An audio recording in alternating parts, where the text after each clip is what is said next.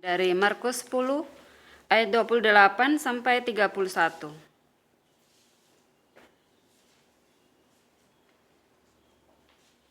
Markus pasal 10 ayat 28 sampai 31 saya akan bacakan.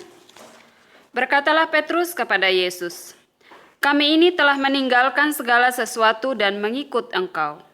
Jawab Yesus, "Aku berkata kepadamu, sesungguhnya setiap orang yang karena aku dan karena Injil meninggalkan rumahnya, saudaranya laki-laki atau saudaranya perempuan, ibunya atau bapaknya, anak-anaknya atau ladangnya, orang itu sekarang pada masa ini juga akan menerima kembali 100 kali lipat, rumah, saudara laki-laki, saudara perempuan, ibu, anak dan ladang, sekalipun disertai berbagai penganiayaan, dan pada zaman yang akan datang ia akan menerima hidup yang kekal.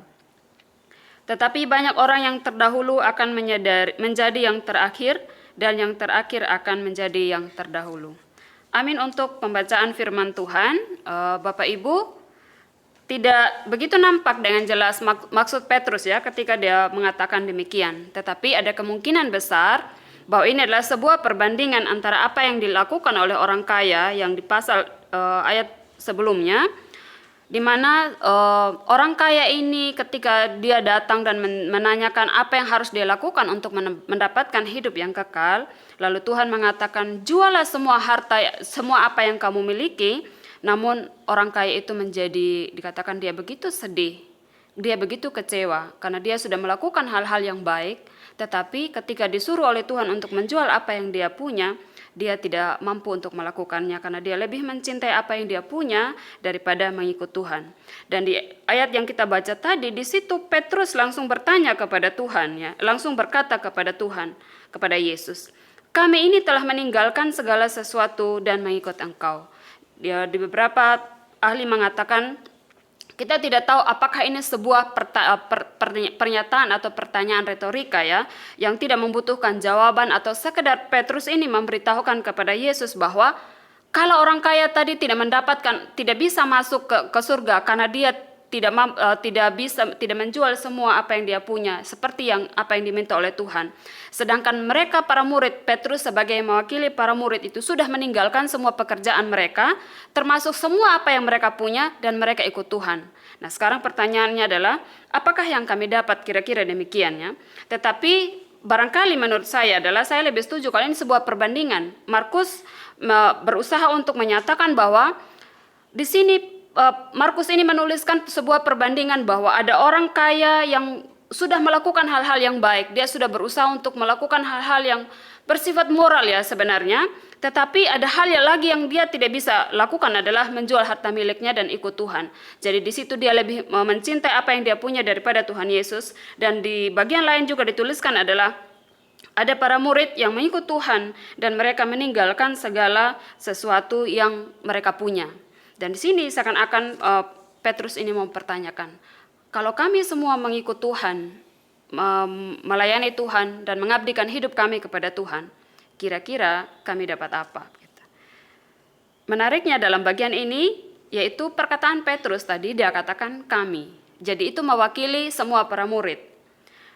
Dan di situ dia katakan kami sudah meninggalkan semua yang kami punya dan mengikut Tuhan. Ya. Tetapi Tuhan Yesus itu menjawab begini, setiap orang yang karena aku dan Injil, ini bagi saya sebuah penekanan yang sebenarnya menyatakan apa? Kenapa Tuhan Yesus tidak langsung saja menjawab apa yang dikatakan oleh Petrus? Ya, kamu semua karena sudah meninggalkan dan mengikut aku, kamu sudah memenuhi syarat untuk ikut aku, pasti kamu akan mendapatkan berkat. Baik yang dijanjikan Tuhan adalah berkat masa kini maupun yang akan datang. Tetapi Tuhan memberikan satu penekanan. Sini Tuhan Yesus mengatakan, setiap orang yang karena aku dan karena Injil meninggalkan keluarganya dan yang lain yang disebutkan di sini.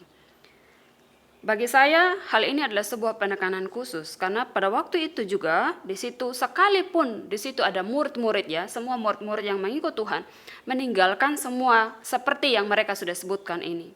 Tapi faktanya adalah ada Yudas Iskariot, sekalipun dia meninggalkan dan dia ikut Tuhan, tapi dia tidak sungguh-sungguh mengikut Tuhan. Jadi ketika meninggalkan segala sesuatu dan mengabdikan diri kepada Tuhan, mau melayani Tuhan, itu juga bukan menjadi jaminan bahwa saya sudah memperkenankan hati Tuhan. Maka ini menjadi peringatan juga bagi kita sebagai hamba-hamba Tuhan. Menyerahkan diri dan meninggalkan segala sesuatu demi menjadi hamba Tuhan bukanlah juga menjadi jaminan bahwa kita sudah sungguh-sungguh mengikut Tuhan Yesus dan melakukan apa yang difirmankannya. Yang di sini firman Tuhan ingatkan adalah demi Yesus dan Injilnya. Itu saja. Tidak ada motif yang lain. Kalau kita misalnya meninggalkan segala sesuatu dan mengabdikan hidup kita untuk menjadi hamba Tuhan atau melayani Tuhan, tetapi ketika kita masih punya motivasi-motivasi yang lain, maka disinilah penekanan Tuhan Yesus. Setiap orang yang mengikut aku dan karena Injil, maka dia akan mendapatkan apa yang dia sudah tinggalkan selama ini. Seringkali saya pikir juga ada banyak hamba Tuhan yang mundur dan menjadi aneh kehidupannya, karena memang mereka pikir melayani Tuhan itu, ya ketika saya sudah punya hati, saya tergerak hati untuk melayani Tuhan, lalu dengan sukacita penuh, dengan kesenangan penuh, dengan sungguh-sungguh dia mau melayani Tuhan, memberikan hidupnya. Tetapi endingnya adalah ketika semua harta yang dia tadi sudah bilang aku mempersembahkan ini buat Tuhan, semua habis dan dia ada di dalam masa-masa krisis, dia mulai bertanya, Tuhan, sama seperti Petrus tanya, Tuhan saya sudah kasih semua, sekarang saya dapat apa? Apa upah saya atas semuanya? Dan ketika dia tidak mendapatkan apa yang Tuhan janjikan, maka kita lihat ada banyak hamba-hamba Tuhan mulai meninggalkan pelayanan, kehidupannya menjadi aneh, dan lain-lain sebagainya. Karena apa? Karena mereka tidak mengerti bahwa mengikut Tuhan di sini dikatakan, kalau kita meninggalkan segala sesuatu dan mengabdikan hidup kita demi Yesus dan Injilnya, hanya itu saja, tidak ada motif yang lain, maka Tuhan katakan Tuhan sendiri yang akan memberkati baik masa kini maupun di kehidupan yang akan datang. Seringkali dalam hal ini orang lebih berfokus kepada apa? Berkat yang 100 kali lipat. Oleh sebab itulah orang berani berkorban untuk apa? Pelayanan. Yang pada akhirnya apa nanti mendapatkan sesuatu dari Tuhan. Karena apa? Dikatakan janji 100% Tuhan, 100 kali lipat Tuhan akan menggantikan apa yang hilang. Tetapi dia lupa bahwa 100 kali yang dimaksudkan Tuhan bukanlah seperti yang dia pikirkan di dalam penilaian manusia ya, tetapi di dalam pemikirannya Tuhan. Oleh sebab itu, sebagai hamba-hamba Tuhan dan pelayan-pelayan Tuhan, marilah kita mengingat hal ini.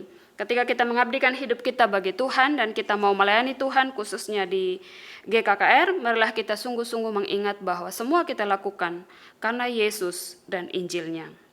Saya teringat untuk kasus yang kemarin yang baru dilaporkan Pak MYM ke Surabaya ya. Waktu diseringkan itu, saya kayak merasa begini ya.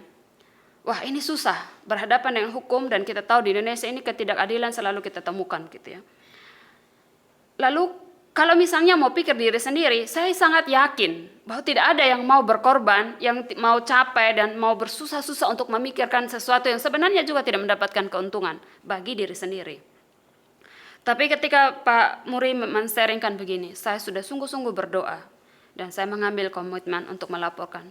Itu bagi saya seperti ini, ketika kita menyerahkan hidup kita bagi Tuhan dan kita mau melakukan demi Yesus dan Injilnya, maka tidak lagi memikirkan hal-hal yang tidak menguntungkan bagi diri kita sendiri. Karena apa? Karena kita fokus kepada Yesus dan Injilnya. Dengan demikian pada waktu itu bagaimanapun ya kita ini merasa, waduh kalau bermasalah, baik kalau menang, kalau kalah bagaimana? Kalau kesulit bagaimana? Itu secara pemikiran manusia. Tetapi waktu saya ingat itu dan Pak Muri men-sharingkan bagaimana bergumul dan lain-lain, saya pikir inilah sebenarnya yang dimaksud dengan apa? Berkorban untuk Yesus dan Injilnya. Melakukan itu demi Yesus dan Injilnya. Sehingga berani untuk berjuang mendapatkan keadilan. Dengan demikian, marilah kita juga terus berjuang untuk hal-hal yang baik, hal-hal yang benar. Karena kitalah hamba-hamba Tuhan yang mengabdikan hidup kita. Kita memohon Roh Kudus, kiranya hati kita terus berfokus kepada Tuhan, kepada Yesus dan Injilnya. Dan kita percaya bahwa Tuhan akan memberkati kita di dalam hidup kita setiap hari. Kiranya firman Tuhan ini menegur kita, mengingatkan kita, dan menguatkan kita. Mari kita berdoa. Ya Tuhan, kami bersyukur karena kami boleh dipanggil untuk menjadi hamba-hamba-Mu dan pelayan-Mu. Kami percaya Tuhan ini bukanlah karena keinginan kami, tetapi karena panggilan Tuhan. Karena itu kami berdoa, biarlah di dalam kami mengabdikan hidup kami kepada Tuhan. Tidak ada motivasi lain selain karena kasih karunia-Mu dalam Yesus Kristus dan Injil-Mu. Apapun yang kami kerjakan dan kami lakukan, biarlah itu semua karena fokus kami kepada Tuhan. Bapa, kiranya Engkau sendiri yang menguduskan segala pikiran kami, kehendak kami, dan seluruh kehidupan kami. Supaya kiranya sungguh-sungguh keberadaan kami, panggilan kami sebagai hamba-hamba Tuhan, sungguh adalah panggilan yang kudus dan sungguh-sungguh memperkenankan Tuhan atas pekerjaan kami. Terima kasih Bapa, kami serahkan waktu kami selanjutnya ke dalam tangan Tuhan. Kiranya Tuhan sendiri yang memimpin kami. Di dalam nama Tuhan Yesus kami berdoa. Amin.